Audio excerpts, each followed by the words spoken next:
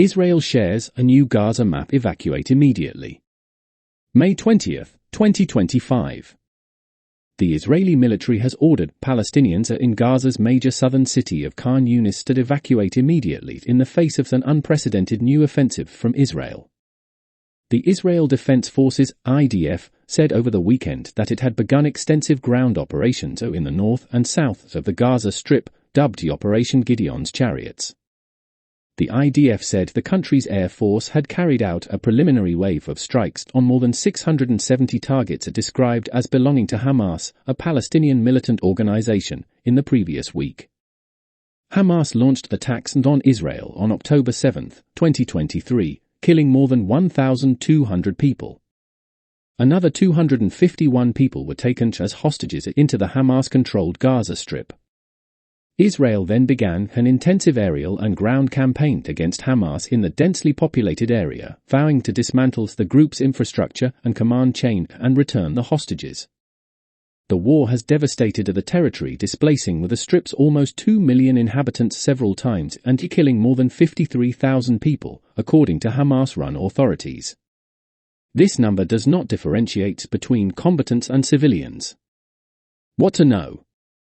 The IDF will launch an unprecedented attack to destroy the capabilities of terrorist organizations in several areas of Khan Yunis, Avichai Adre, the IDF's Arabic-language spokesperson, said in a social media post on Monday. Residents of the city must evacuate immediately, West Adre said. Khan Yunis is now a dangerous combat zone, the spokesperson added. Adre shared a map showing where the IDF would concentrate its military push.